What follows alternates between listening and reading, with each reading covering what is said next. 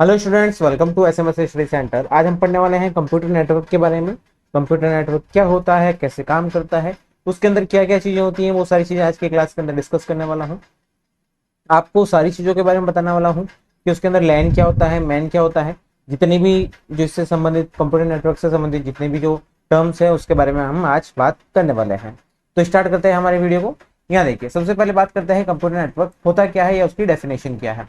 Data संचरण के लिए जब कई स्वतंत्र कंप्यूटरों को किसी माध्यम से एक साथ जोड़ा जाता है तो यह व्यवस्था कंप्यूटर नेटवर्क कहलाती है। कहने का मतलब क्या है कि बहुत सारे कंप्यूटरों को, यहाँ देखिए आपको एक छोटा सा डायग्राम दिखा रहा है, ठीक है ना।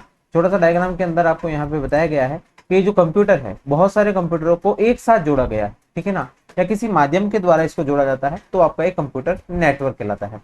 दूसरे शब्दों में इसे यह भी कहा जा सकता है कि कई स्वतंत्र कंप्यूटर का अथवा संबंधित समूह इंटरकनेक्टेड कलेक्शन कंप्यूटर नेटवर्क है। कंप्यूटर नेटवर्क मतलब आप जैसे बात करते हैं कि नेटवर्क क्या होगा, नेटवर्क का मतलब है यहाँ पर जितने भी जो कंप्यूटर जुड़े हैं आपस में एक दूसरे से, ठीक है ना, वो किसी माध्यम के द्वारा जुड़े हैं, ठीक है। तो यही जो पूरा का पूरा जो माध्यम मतलब जो पूरा का पूरा जो सिस्टम है वही आपका क्या कहलाता है, वही आपका कंप्यूटर नेटवर्क कहलाता है।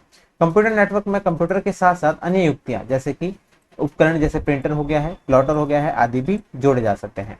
कंप्यूटर नेटवर्क में जुड़े सभी कंप्यूटर उपकरणों के बीच के संचार माध्यम को लिंक कहते हैं। देखिए लिंक का मतलब क्या है, लिंक का मतलब यहाँ पर यह है कि आप जो भी जहां से भी जुड़ रहे हैं, कहने का मतलब है दो कंप्यूटरों के बीच में, जैसे कि ये पहला कंप्यूटर है और ये दूसरा कंप्यूटर है, ये जो संचार माध्यम है जिस तरह से आप जुड़ रहे हैं या जिसके माध्यम से आपको जोड़ा जा रहा है दोनों कंप्यूटरों को, तो वो क्या कहलाता है, वही हमारा लिंक कहलाता है। ओके, फिर मैं यहाँ बात करता हूँ कि कंप्यूटर नेटवर्क के उद्देश्य क्या क्या है, ठीक है ना, मतलब किसके लिए कंप्यूटर का नेटवर्क बनाया गया था। तो सबसे पहला उद्देश्य था आपका साधनों को मिलकर उपयोग करना, मीन्स रिसोर्स शेयरिंग।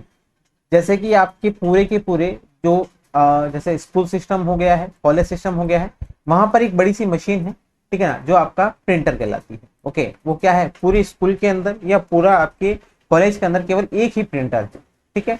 तो अब आप चाहते हैं कि हमारी जो अलग अलग लैब्स है, ठीक है ना, जैसे कंप्यूटर लैब हो गई है या दूसरी जितनी भी लैब्स हो गई है, उसके अंदर जैसे कंप्यूटर का है या प्रिंसिपल का ऑफिस है या जो भी कार्यालय है, वो सारे के सारे क्या करें, इस प्रिंटर से जुड़ जाए, ठीक है ना, मतलब इस प्रिंटर के द्वारा ये क्या करें, ये सारे कार्य करें।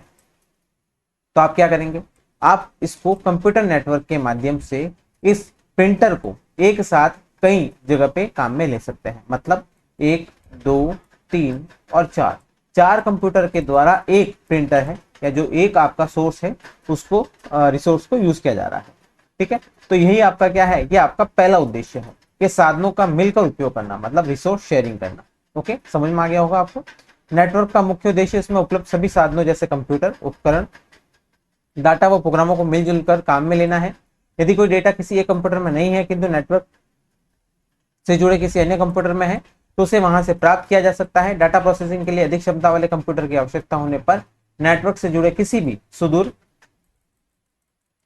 रिमोट कंप्यूटर को काम में लिया जा सकता है। किसी एक उपभोक्ता को ड्राइंग प्रिंट करनी है किंतु उसके पास प्लॉटर उपलब्ध नहीं है तो यह नेटवर्क में उपलब्ध जुड़े किसी भी प्लॉटर को काम में ले सकता है। एक नेटवर्क से जुड़े सभी उपभोक्ता एक ही प्रिंटर से प्रिंटिंग कर सकते हैं। इस प्रकार सीमित व महंगे साधनों के समुचित उपयोग में नेटवर्क एक महत्वपूर्ण भूमिका निभाता है। जैसे कि मैंने आपको यहाँ डायग्राम के अंदर बताया था कि एक साथ आप क्या कर रहे हैं, एक साथ जितने भी जो कंप्यूटर है वो एक साथ किसी एक प्रिंटर का यूज कर रहे हैं, ठीक है ना। तो वही आपका क्या है, वो आपका पहला उद्देश्य है। दूसरा उद्देश्य क्या है, संचार माध्यमों के रूप में, एज अ कम्युनिकेशन मीडिया के रूप में। नेटवर्क से जुड़े कंप्यूटरों के माध्यम से उपभोक्ता परस्पर बड़ी आसानी और तीव्र गति से संचार कर सकते हैं। नेटवर्क के माध्यम से उपभोक्ता सभी प्रकार के डेटा व सूचनाओं का आदान प्रदान कर सकते हैं। यहाँ पर आपको बताया गया है कि जो भी आपका कंप्यूटर नेटवर्क है उसका यूज किया गया है एज ए कम्युनिकेशन के लिए, मतलब आप एक दूसरे कंप्यूटर को दूसरे कंप्यूटर से जोड़ सकते हैं। तीसरी वो है विश्वसनीयता व उपलब्धता, मीन्स रिलायबिलिटी एंड अवेलेबिलिटी। यदि कोई हार्डवेयर या सॉफ्टवेयर खराब हो जाए या किसी अन्य कारण से कुछ समय के लिए उपलब्ध ना हो तो नेटवर्क से जुड़े दूसरे साधनों का उपयोग किया जा सकता है। महत्वपूर्ण डाटा को एक से अधिक कंप्यूटर पर संग्रहित किया जा सकता है, जिससे किसी एक कंप्यूटर का नेटवर्क से संपर्क टूट जाने अथवा डाटा दूषित या करप्ट हो जाने पर अन्य कंप्यूटर से डाटा प्राप्त किया जा सकता है। मतलब आपको वहां पर डाटा अगर आपका किसी एक कंप्यूटर के अंदर था और वही डाटा आपने कॉपी कर रखा था किसी दूसरे कंप्यूटर के अंदर, तो आप क्या कर सकते हैं, पहले डाटा जो खराब हो गया है, ठीक है ना, उसको वापस रिट्राइव कर सकते हैं या आप उसको वापस से सही कर सकते हैं। ओके। फोर्थ है आपका लागत में कमी, मींस कॉस्ट के अंदर रिडक्शन करना। कोई एक उपभोक्ता सभी महंगे कंप्यूटर साधन खरीदने में सक्षम नहीं हो सकता, किंतु नेटवर्क की सहायता से वह नेटवर्क से जुड़े अन्य सभी साधनों जैसे हार्डवेयर सॉफ्टवेयर का आवश्यकता अनुसार उपयोग कर सकता है जो उसके पास नहीं है। देखिए यहाँ पर सबसे पहला जो पॉइंट था वो यही था कि आपका जो क्या कर रहे हैं, रिसोर्स का हम यूज कर रहे हैं। रिसोर्स जो एक है, उस रिसोर्स के द्वारा हम काफी जो कंप्यूटर है उसका उपयोग कर सकता है एक ही रिसोर्स का। तो यहाँ उसके अंदर क्या होगी, उसके अंदर जैसे ही हम वहां पर केवल एक ही रिसोर्स होगा तो वहां पर उसके अंदर क्या हो जाएगी, उसकी कॉस्ट में कमी हो जाएगी। फिर वहां बात करते हैं एप्लीकेशन ऑफ नेटवर्क। नेटवर्क की क्या क्या उपयोगिता है या क्या क्या उपयोग है उसके बारे में बात करेंगे। सबसे पहला उपयोग, दूर दराज की सूचना तक पहुंच, मींस एक्सेसिंग रिमोट डाटाबेसेस। मतलब आपके पास में एक डाटा था, वो कहीं दूर जगह पे पड़ा है, तो आप उसको कैसे यूज करेंगे, आप यूज करेंगे नेटवर्क के द्वारा। नेटवर्क के द्वारा उस डाटा को आप कहीं दूर बैठे रिट्राइव कर सकते हैं या वापस उसको प्राप्त कर सकते हैं। एक उपभोक्ता अपने कंप्यूटर के माध्यम से नेटवर्क से जुड़े कंप्यूटरों पर उपलब्ध डाटा को प्राप्त कर सकता है। वर्ल्ड वाइड वेब सूचना तंत्र द्वारा कला, विज्ञान, स्वास्थ्य, इतिहास, खेल आदि किसी भी विषय की जानकारी तो ले ही जा सकता है। साथ ही साथ में रेल, रोडवेज, वायु सेवा से संबंधित सूचनाएं व आरक्षण संबंधी जानकारी भी आसानी से प्राप्त की जा सकती है। ठीक है। अब इसके अंदर मैं आपको एक छोटा सा एग्जांपल बता देता हूं। जैसे कि आप अपना ट्रेन का टिकट बुक करते हैं, अपने बस का टिकट बुक करते हैं, ठीक है ना, तो वो सारा का सारा क्या है, वो सारा का सारा आपका दूर दराज की सूचना तक पहुंचने का एक माध्यम है, वही आपका एप्लीकेशन है नेटवर्क का। ठीक है। मतलब आप क्या कर रहे हैं, अपने घर बैठे बैठे रेलवे का एक टिकट बुक कर रहे हैं। आपको वहां पे रेलवे स्टेशन जाने की जरूरत नहीं है, रिजर्वेशन काउंटर जाने की जरूरत नहीं है, केवल आप अपने मोबाइल के अंदर उस जो बड़ा सा जो सिस्टम है उसका उपयोग कर सकते हैं। ठीक है। जैसे बस का है, आप बस का ऑनलाइन बुक कर सकते हैं। तो ये क्या है, ये एक तरह की एप्लीकेशन है नेटवर्क की। दूसरी बात करते हैं फैक्स की। फैक्स क्या होता है, नेटवर्क से जुड़े किसी भी कंप्यूटर पर फैक्स भेजा जा सकता है और प्राप्त किया जा सकता है। इसके लिए भेजने और प्राप्त करने वाले कंप्यूटर में फैक्स मॉडेम व फैक्स सॉफ्टवेयर होना चाहिए। देखिए ये थोड़ा सा ओल्ड हो गया है। मतलब पहले के टाइम में हम ज्यादातर फैक्स का यूज करते थे, जिसके अंदर हम जो भी कोई भी डेटा होता था उसको फैक्स के माध्यम से भेजा जाता था। ठीक है। अब बात करते हैं इलेक्ट्रॉनिक मेल अथवा ईमेल की। अब मैक्सिमम जो कार्य होता है वो इलेक्ट्रॉनिक मेल या ईमेल के द्वारा होता है। वर्तमान में ईमेल का व्यापक स्तर पर उपयोग हो रहा है। इसके द्वारा बड़ी तीव्रता से संदेश भेजे जा सकते हैं। संलग्न मीन्स अटैचमेंट के रूप में दस्तावेज, ऑडियो, वीडियो फाइल भी भेजी जा सकती है। ठीक है। तो आपका ईमेल जो है, इलेक्ट्रॉनिक मेल है, वो आपके टाइम में, आज के टाइम में बहुत ही उपयोगी है। फिर बात करते हैं वीडियो कॉन्फ्रेंसिंग की। ठीक है ना। अब वीडियो कॉन्फ्रेंसिंग की बात करते हैं तो आज के टाइम में जितने भी जो एजुकेशन के अंदर हो गया है, ठीक है, या कहीं पर भी आप उसको वर्ल्ड के अंदर भी देख सकते हैं। कहीं पर भी आपको जहां वर्क कर रहे हैं, आप घर बैठे बैठे किसी भी कॉन्फ्रेंस को अटेंड कर सकते हैं। ठीक है ना।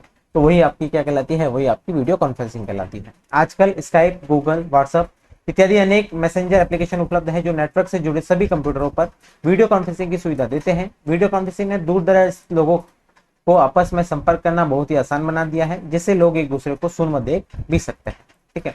वीडियो कॉन्फ्रेंसिंग के द्वारा हम जो दूर बैठा व्यक्ति है उसके साथ में लाइव बात कर सकते हैं, उससे जो भी उसकी ऑडियो और वीडियो के साथ में। ऑनलाइन सर्विसेज जैसे हमने बात की है, हम जितने भी जो एप्लीकेशन यूज करते हैं, आज नेटवर्क से जुड़े कंप्यूटर पर अनेक ऑनलाइन सेवाएं उपलब्ध है, जैसे online trading, online shopping, online banking, online education, online playing आदि ऑनलाइन सेवाओं में निरंतर विस्तार होता जा रहा है।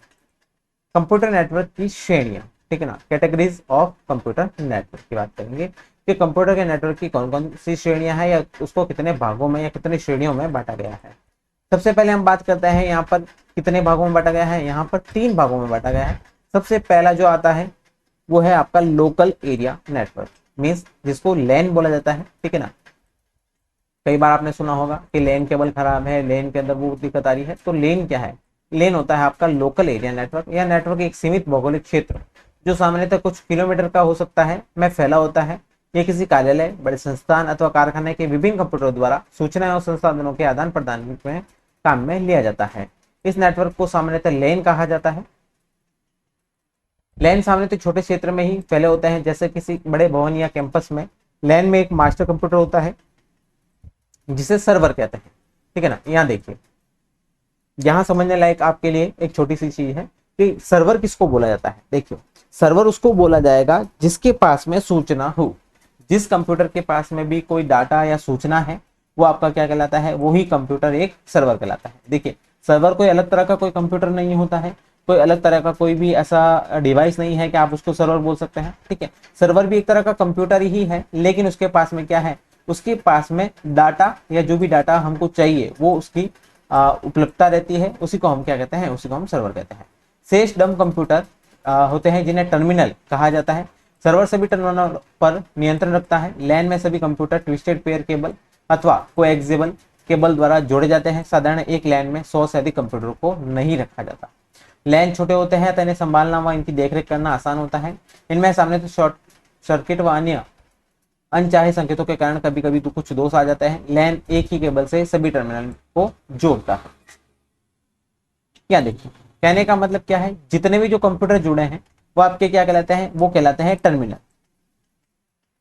अब डम कंप्यूटर यहाँ पे क्यों बोला गया है, डम कंप्यूटर यहाँ पे इसको इसलिए बोला गया है क्योंकि यहाँ पर कहने का मतलब है कि ये जो कंप्यूटर है, ठीक है ना, वो क्या करते हैं, वो कोई कार्य नहीं करते हैं। मतलब कार्य करने का मतलब है वो आपको डाटा नहीं देते हैं, वो केवल डाटा लेने का कार्य करते हैं, ठीक है।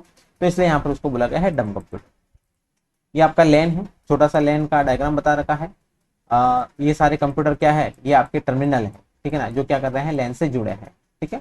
ये फाइल सर्वर हो गया, ये मेल सर्वर हो गया, ये प्रिंट सर्वर हो गया, और आपका ये प्रिंटर हो गया। और किससे जुड़े हैं, ये लैन के द्वारा जुड़े हैं। लैन कुछ नहीं है, केबल है, ठीक है ना, जिसके द्वारा एक ऐसा नेटवर्क है जिसके अंदर आप क्या कर रहे हैं, सीमित क्षेत्र के अंदर उस नेटवर्क को जोड़ रहे हैं, वही आपका लैन कहलाता है। लैन की कुछ और विशेषताएं भी हैं। लैन में डेटा संचरण की गति मीन्स जो आपका डेटा स्पीड है वो कितनी होती है, 10 से 100 मेगाबाइट प्रति सेकेंड होती है, जो इसकी सबसे बड़ी विशेषता है। लैन काफी लचीला नेटवर्क है। इसमें बिना सारे नेटवर्क को बाधा पहुंचाए कंप्यूटर को जोड़ा जा सकता है अथवा हटाया जा सकता है। लैन का क्षेत्र सीमित होने के कारण इसमें विभिन्न प्रकार की टोपोलॉजी काम में ली जा सकती है। लैन में सभी कंप्यूटरों पर बैठकर अलग अलग व्यक्ति कार्य कर सकते हैं तथा साथ में परस्पर एक दूसरे के कार्य को देख सकते हैं, उनमें संशोधन परिवर्तन आदि भी कर सकते हैं। फिर बात करते हैं मेट्रोपॉलिटन एरिया नेटवर्क, ठीक है ना।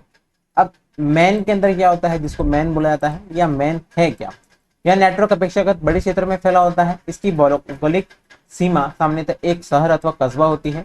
मैन वास्तव में लैन का ही बड़ा स्वरूप है क्योंकि यह लैन द्वारा काम में ली जाने वाली तकनीक का ही उपयोग करता है, किंतु इसको स्थापित करना लैन की तुलना में अधिक जटिल होता है। यह एक शहर के अलग अलग क्षेत्रों में स्थित किसी उपक्रम अथवा संस्थान की भिन्न भिन्न शाखाओं को परस्पर जोड़ने का काम करता है, ठीक है। तो यहाँ पर बोला गया है लैन के ऊपर जो दूसरा नेटवर्क आता है, मतलब लैन से जो बड़ा क्षेत्र, ठीक है ना, एक लैन तो एक छोटे एरिया को कवर करता है, लेकिन एक जो बड़े एरिया को कवर करने वाला है लैन से भी, वो क्या कहलाता है, वो कहलाता है man, means metropolitan area network. Man का उद्देश्य सॉफ्टवेयर एवं हार्डवेयर संसाधनों का मिलकर उपयोग करना है। इसमें पूरा नेटवर्क एक केंद्रीयकृत मशीन द्वारा संचालित होता है। मैन द्वारा डाटा व ध्वनि दोनों का संचरण हो सकता है। ये देखिए आपका ये नेट है, मतलब नेटवर्क है। बिल्डिंग 1 हो गया, बिल्डिंग 2, बिल्डिंग 3, बिल्डिंग 4, बिल्डिंग 5, ठीक है ना, मतलब ये पूरे आपका जो एक बड़े एरिया के अंदर जो नेटवर्क होता है वही क्या कहलाता है, वही आपका मैन कहलाता है।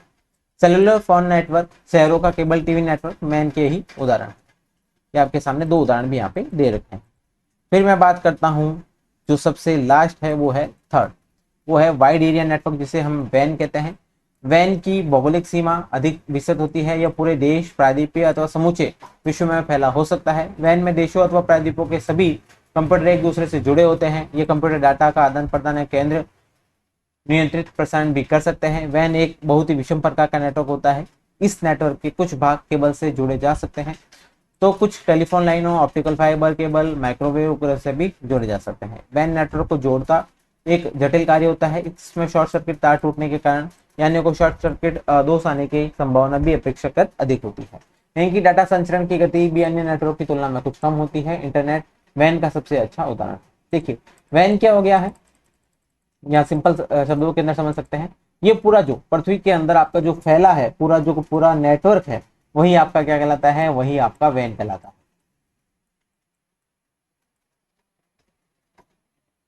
कहने का मतलब है वैन जो आपका है वो पूरे पृथ्वी के अंदर फैला है, ठीक है। फिर मैं बात करता हूँ यहाँ नेटवर्क टोपोलॉजी की। अब नेटवर्क टोपोलॉजी क्या है या नेटवर्क टोपोलॉजी किसे कहा जाता है? बात करते हैं नेटवर्क टोपोलॉजी की। किसी नेटवर्क के नोड्स को परस्पर जोड़ने के तरीकों को टोपोलॉजी कहते हैं। देखिए यहाँ पर जितने भी जो नेटवर्क मैंने बात की है, हमने यहाँ पे तीनों नेटवर्क की बात की है, पहला लेन, दूसरा मेन और तीसरा वेन। इन तीनों के अंदर जो जोड़ने का तरीका है, ठीक है ना, जिस तरीके से इन कंप्यूटरों को जोड़ा जाता है, इन टर्मिनल को जोड़ा जाता है, वही आपकी क्या कहलाती है? टोपोलॉजी कहलाती है। टोपोलॉजी से यह निर्धारित होता है कि नोड्स के मध्य डाटा संचरण के लिए कौन कौन से पथ उपलब्ध हैं। नेटवर्क स्थापित करने की लागत और जटिलता भी काफी सीमा तक टोपोलॉजी पर निर्भर करती है। टोपोलॉजी निर्धारित करते समय उसकी जटिलता, लागत, भविष्य में होने वाले विस्तार आदि बातों पर ध्यान देना आवश्यक होता है। कुछ महत्वपूर्ण टोपोलॉजी निम्न प्रकार है। अब यहाँ बात करते हैं कि किस तरीके से कंप्यूटर और नेटवर्क को जोड़ा जाता है। तो सबसे पहला देखने वाले हैं लीनियर या बस टोपोलॉजी। देखिए नॉर्मल शब्दों के अंदर मैं पहले आपको बता देता हूँ कि आप बस टोपोलॉजी के अंदर क्या पढ़ने वाले हैं या बस टोपोलॉजी होती क्या है। आपने देखा होगा कि बस का आकार किस प्रकार होता है। बस का आकार होता है एक सीधी लाइन के अंदर, ठीक है ना। मतलब आप जो बस देखते हैं वो बस कैसी होती है? बस एक तरह की सीधी होती है। सीधी मतलब एक लीनियर होती है। इसके अंदर आपका जो भी नेटवर्क होगा वो कैसा जुड़ा होगा? लीनियर तरीके से जुड़ा होगा, ठीक है ना। या इसके अंदर जो कंप्यूटर जुड़े होंगे वो लीनियर तरीके से जुड़े होंगे। तो यही है लीनियर या बस टोपोलॉजी। अब पढ़ लेते हैं टेक्निकल टर्म में इसको क्या बोला जाता है। इसमें सभी कंप्यूटर एक केबल से जुड़े होते हैं। कंप्यूटर को जोड़ने के लिए सामने तक कोएक्सियल केबल काम में लिया जाता है। केबल के दोनों सिरों पर टर्मिनेटर लगे होते हैं। प्रत्येक कंप्यूटर या युक्ति एक नेटवर्क इंटरफेस कार्ड या एनआईसी द्वारा नेटवर्क से जुड़ा होता है। प्रत्येक एनआईसी का एक विशिष्ट पता या यूनिक एड्रेस होता है। अब इसके अंदर क्या होता है? इसके अंदर एक होता है एनआईसी, जिसे बोला जाता है नेटवर्क इंटरफेस कार्ड बोला जाता है, ठीक है। तो प्रत्येक कंप्यूटर के अंदर या युक्ति के अंदर ये जुड़ा होता है और इसका एक यूनिक एड्रेस होता है, ठीक है ना। उसको पहचानने के लिए उसका एक यूनिक एड्रेस होता है। रेखीय टोपोलॉजी में सबसे सरल प्रकार की टोपोलॉजी है। इस टोपोलॉजी में डाटा संचरण के लिए यह आवश्यक नहीं कि प्रत्येक कंप्यूटर चालू हो। किसी कंप्यूटर के खराब हो जाने पर भी शेष नेटवर्क कार्य करता रहता है। इसका विस्तार करना भी आसान है। नए मोड को बस में कहीं भी जोड़ा जा सकता है, ठीक है ना। यहाँ पर देखिए ये आपके यहाँ पे क्या है, यहाँ पर जो एंड की जो नोड है, ठीक है ना। तो यहाँ पर जो एंड की जो टर्मिनेटर है, ठीक है ना, इनको क्या बोला गया है? टर्मिनेटर बोला गया है। कहने का मतलब है यहाँ पे इसको एंड किया गया है, मतलब इसको खुला नहीं छोड़ा गया है। तो ये जो लास्ट के जो पॉइंट होते हैं उनको टर्मिनेटर बोलते हैं, ठीक है।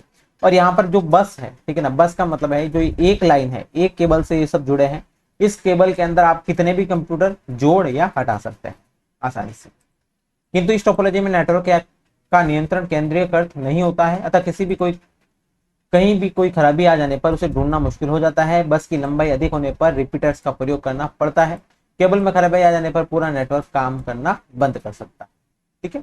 मतलब एक ही लाइन है, अगर एक लाइन के अंदर कोई भी खराबी आती है, मतलब यहाँ पर अगर कोई खराबी आ गई है इस लाइन के अंदर, तो ये वाला जो बाकी का नेटवर्क है वो काम करना बंद कर देगा, ठीक है।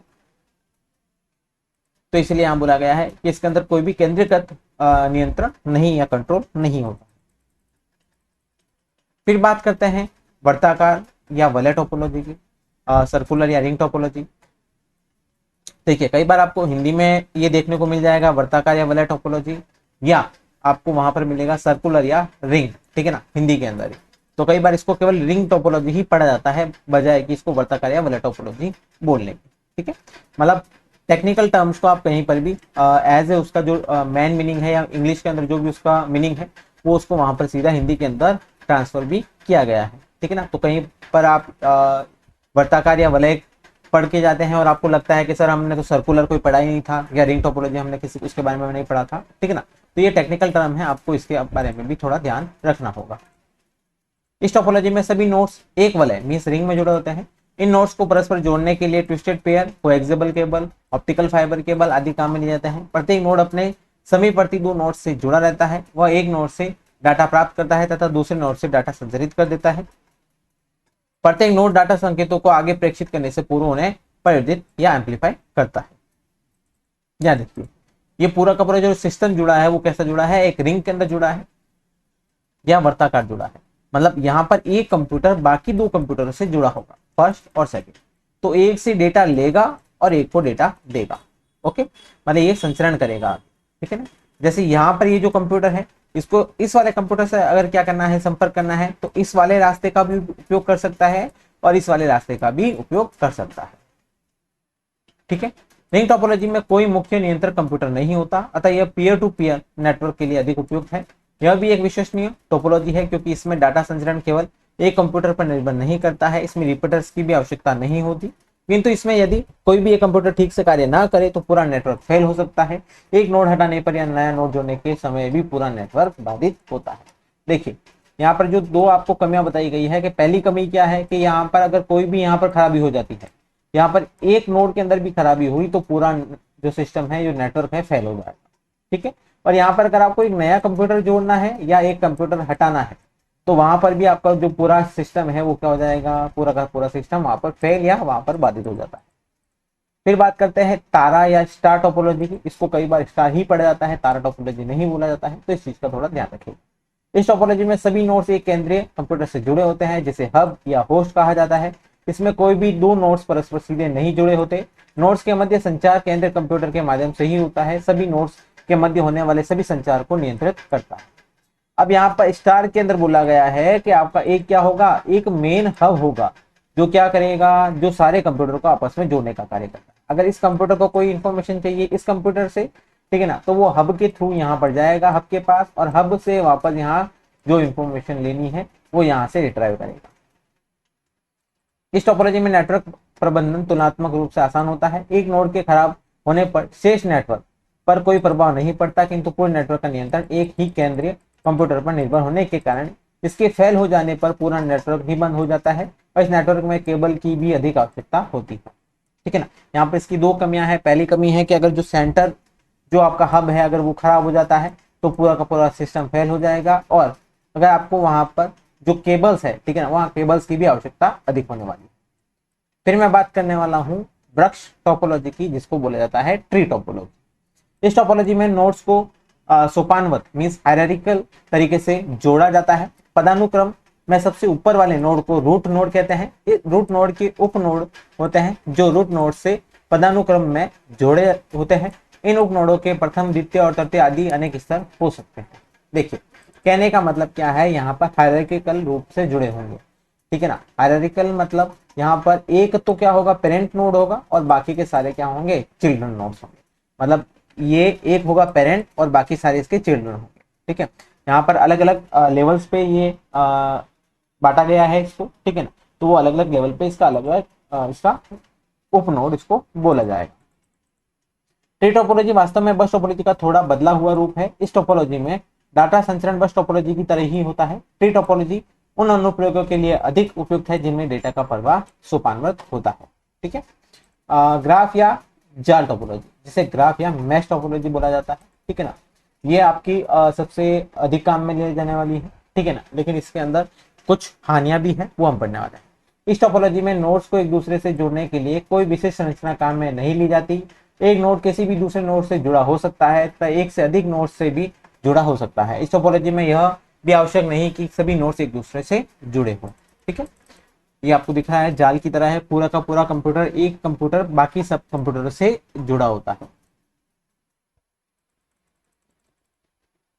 अब बात करने वाले हैं कंप्यूटर की जो नेटवर्क की जो युक्तियां हैं। ठीक है ना। नेटवर्क डिवाइसेस कौन कौन से हैं, क्या क्या नेटवर्क डिवाइसेस। नेटवर्क युक्तियों के बारे में पढ़ने वाले हैं। नेटवर्क डिवाइसेस कौन कौन से हैं। देखिए नेटवर्क डिवाइसेस या नेटवर्क युक्तियां वो युक्तियां होगी जिनका उपयोग नेटवर्क के अंदर किया जाता है। मतलब आपका ये नेटवर्क है, इसके अंदर कोई भी जो डिवाइस उपयोग में लिया गया है वो आपका नेटवर्क डिवाइसेस कहलाएंगे। नेटवर्क युक्तियां वे उपकरण या इकाई होती हैं जो कंप्यूटर नेटवर्क में डेटा का आदान प्रदान करने के लिए प्रयुक्त होती हैं। इन्हें नेटवर्क उपकरण या नेटवर्क इक्विपमेंट भी कहते हैं। नीचे कुछ प्रमुख नेटवर्क युक्तियों का विवरण दिया गया है। देखिए सारी की सारी युक्तियों का उपयोग नहीं बताया गया है या सारी नेटवर्क डिवाइसेस के बारे में नहीं बताया गया है। ठीक है ना। केवल यहाँ पर आपकी इसके अंदर कुछ ही युक्तियों के बारे में बताया गया है। ठीक है ना। जैसे कि मैं बात कर दूं यहाँ पे टोटल 12, ठीक है ना, 12 युक्तियों के बारे में बात किया गया है कि 12 युक्तियां कौन कौन सी है, उसके अंदर क्या क्या होता है, कैसे कार्य करता है, वो सारी चीज। ठीक है ना। बाकी आप जब आगे आगे सिलेबस के अंदर पढ़ेंगे, ठीक है ना, जैसे जैसे आप नेक्स्ट क्लास के अंदर जाएंगे तो वहां पर आपको और भी जो है युक्तियां वहां पर देखने को मिल जाएगी। अब बात करते हैं सबसे पहले मॉडम। ठीक है ना। मॉडम क्या करता है, ठीक है ना। मॉडेम का मुख्य उद्देश्य ऐसे संकेत उत्पन्न करना है जिन्हें एक कंप्यूटर से दूसरे कंप्यूटर तक आसानी से अथवा कम व्यय में भेजा जा सके।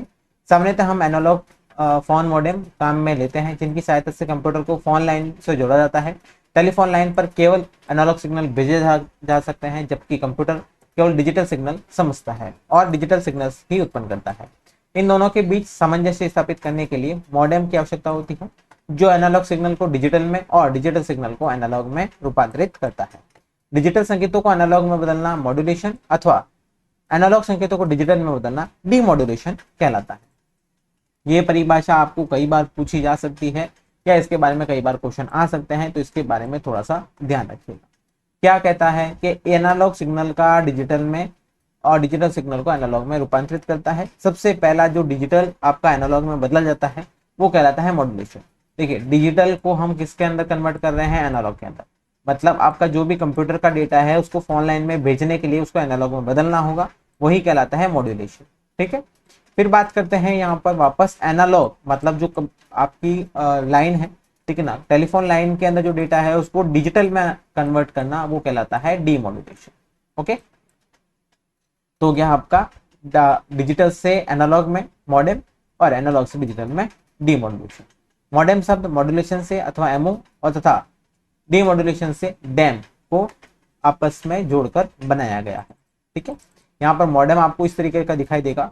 आपने अपने कंप्यूटर लाइफ में देखा होगा या अपने कहीं पर भी जहाँ कार्यालय होगा वहां पर देखा होगा। इस तरीके का जो भी डिवाइस है उसको मॉडेम कहा जाता है। ठीक है, फिर बात करते हैं पुनरावर्तक या रिपीटर की। पुनरावर्तक या रिपीटर क्या करता है? सभी संचरण माध्यमों में संकेत कुछ दूर चलने के पश्चात कमजोर पड़ जाते हैं। प्रत्येक माध्यम में संकेत एक निश्चित दूरी तक ही जा पाते हैं। दो कंप्यूटरों की दूरी अधिक होने पर यह आवश्यक हो जाता है कि कमजोर संकेत को परिवर्तित किया जाए। संकेतों को परिवर्तित करने वाली युक्ति को ही रिपीटर कहा जाता है। देखिए, यहाँ बात करते हैं कि ये युक्ति यहाँ पर क्यों काम में ली जाती है कि जो बड़ी लाइन होती है, ठीक है ना, जैसे जो बड़ी जो सिग्नल लाइन है वो क्या करती है, अधिक दूरी तक काम में ली जाती है, तो वहां पर जाते जाते जो सिग्नल भेजा जाता है वो कई बार बीच में क्या हो जाता है, उसका जो सिग्नल है उसका एम्पलीट्यूड है वो क्या हो जाता है, कम हो जाता है। ठीक है ना, उसी एम्पलीट्यूड को वापस उसी सेम फॉर्म में लाने के लिए या एम्पलीफाई करने के लिए हम यहाँ पर रिपीटर का उपयोग करते हैं। ठीक है, फिर बात करते हैं एम्पलीफायर। मतलब यहाँ जब बात की गई है एम्पलीफायर की, तो एम्पलीफायर क्या होता है?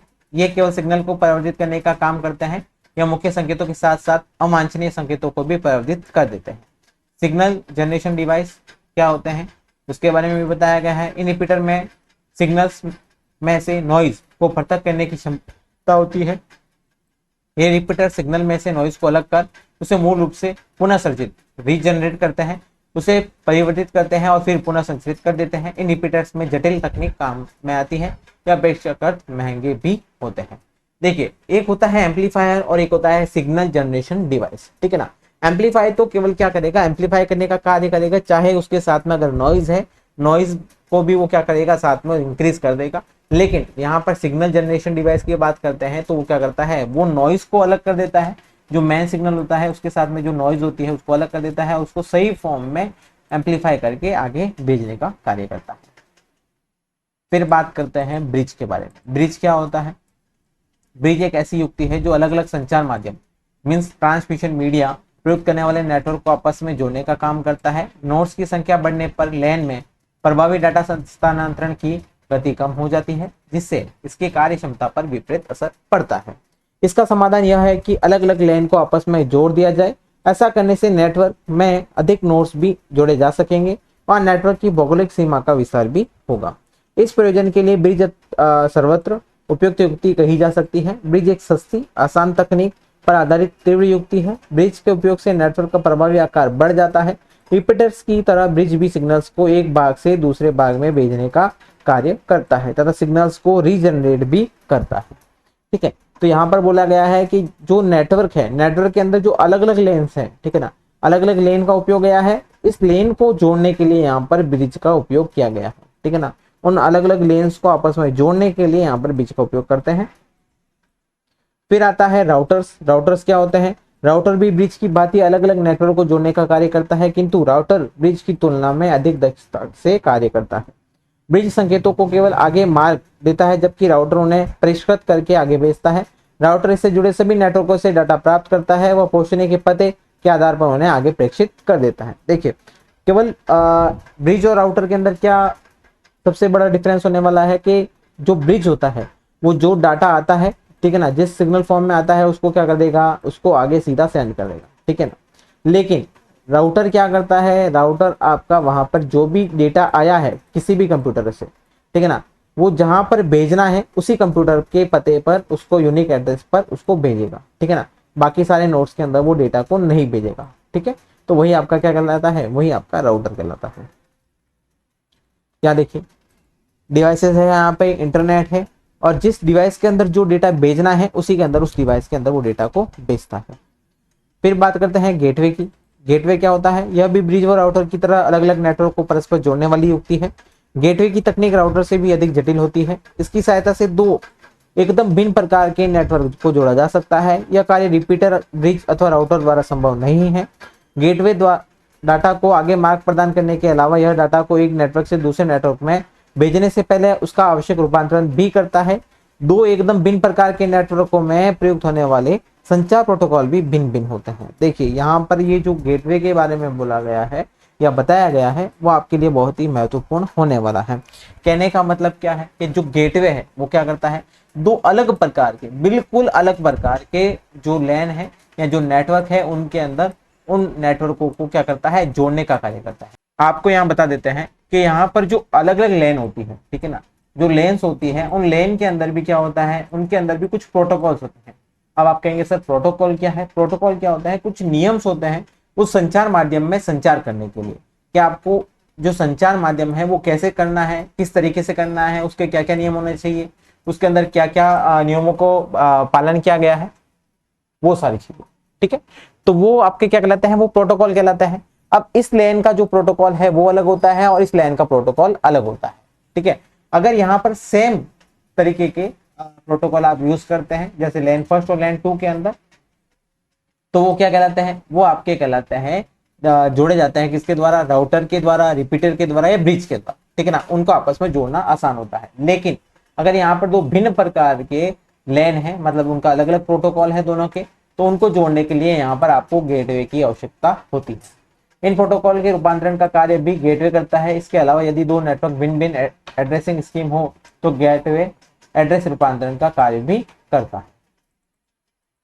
इस प्रकार गेटवे राउटर की तुलना में अधिक परिष्कृत युक्ति है जो अनेक अतिरिक्त सुविधाएं प्रदान करता है, किंतु यह तुलनात्मक रूप से अधिक महंगा है और इसकी स्थापना, रखरखाव, प्रचलन भी अपेक्षाकृत जटिल है। फिर बात करते हैं होस्ट की। होस्ट क्या होता है, वाइड एरिया नेटवर्क में अनेक ऐसे कंप्यूटर होते हैं जिनका उद्देश्य उपयोगिता के प्रोग्रामों का निष्पादन मीन्स एग्जीक्यूट करना होता है। इन कंप्यूटरों को होस्ट कहा जाता है। होस्ट एक संचार उपजात मीन्स कम्युनिकेशन सबनेट द्वारा परस्पर जुड़े रहते हैं। किसी एक कंप्यूटर को होस्ट तभी कहा जा सकता है जब वह कुछ ऐसी सेवाएं प्रदान करता हो जिनकी उपयोग नेटवर्क से जुड़े दूसरे कंप्यूटर उपकरण कर सके। सामान्य उपभोक्ता email, messenger, file transfer protocol इत्यादि एप्लीकेशन सॉफ्टवेयर के द्वारा होस्ट से संचार करते हैं। फिर बात करते हैं, देखिए होस्ट का मतलब क्या हो गया है। होस्ट का यहाँ पर मतलब आपको बता देता हूँ कि होस्ट जिसके पास में डेटा है, ठीक है ना, मतलब जो डेटा को क्या करता है, डाटा को दूसरे कंप्यूटर को अवेलेबल करवाता है या उसको भेजता है, ठीक है ना, तो वही आपका क्या कहलाता है, होस्ट कहलाता है, ठीक है। फिर बात करते हैं RJ45 संयोजक की, जो कहलाता है RJ45 कनेक्टर। आपने अपनी लैब के अंदर जरूर देखा होगा, नहीं देखा होगा तो आप वहां पर जो केबल्स होती है जोड़ने वाली उसके अंदर देख सकते हैं। RJ45 मीन्स रजिस्टर्ड जैक 45 संयोजक एक भौतिक संयोजक युक्ति है जो देखने में केबल जैसी होती है। इसका उपयोग स्थानीय या दूरस्थ स्थानों पर स्थित विभिन्न दूरसंचार और डेटा उपकरणों को परस्पर जोड़ने के लिए किया जाता है। ये एक एकल लाइन संयोजक होता है जिसमें 8 पिन होती है। RJ45 संयोजक का उपयोग सामान्यतः नेटवर्किंग केबल या टेलीफोन अनुप्रयोगों में किया जाता है। ये देखिए, ये जो RJ45 ये वाला, ये जो डिवाइस है, ठीक है ना, इसको बोला गया है RJ45। ओके, ये क्या करता है, यहाँ पर ये केबल को जोड़ने का कार्य करता है, मतलब इस केबल के अंदर जो डेटा है या जो डिवाइस है उसको जोड़ने का कार्य करेगा दूसरे डिवाइस के साथ। इथरनेट कार्ड, इथरनेट कार्ड क्या कहलाता है, इथरनेट कार्ड होता है आपका, इसे नेटवर्क इंटरफेस कार्ड भी कहा जाता है। वास्तव में यह एक लैन अनुकूल एडेप्टर है। किसी कंप्यूटर को लैन से जोड़ने के लिए इसमें मदरबोर्ड के स्लॉट में लगाया जाता है। इस कार्ड से केबल को जोड़ने पर कंप्यूटर लैन से जुड़ जाता है, ठीक है ना। ये आपका एक तरह का मदरबोर्ड के अंदर चिप लगी होती है, ठीक है, वो चिप क्या करती है, वो चिप आपको वहां पर लैन को यूज करने के लिए वहां पर इनेबल करती है आपके मदरबोर्ड को।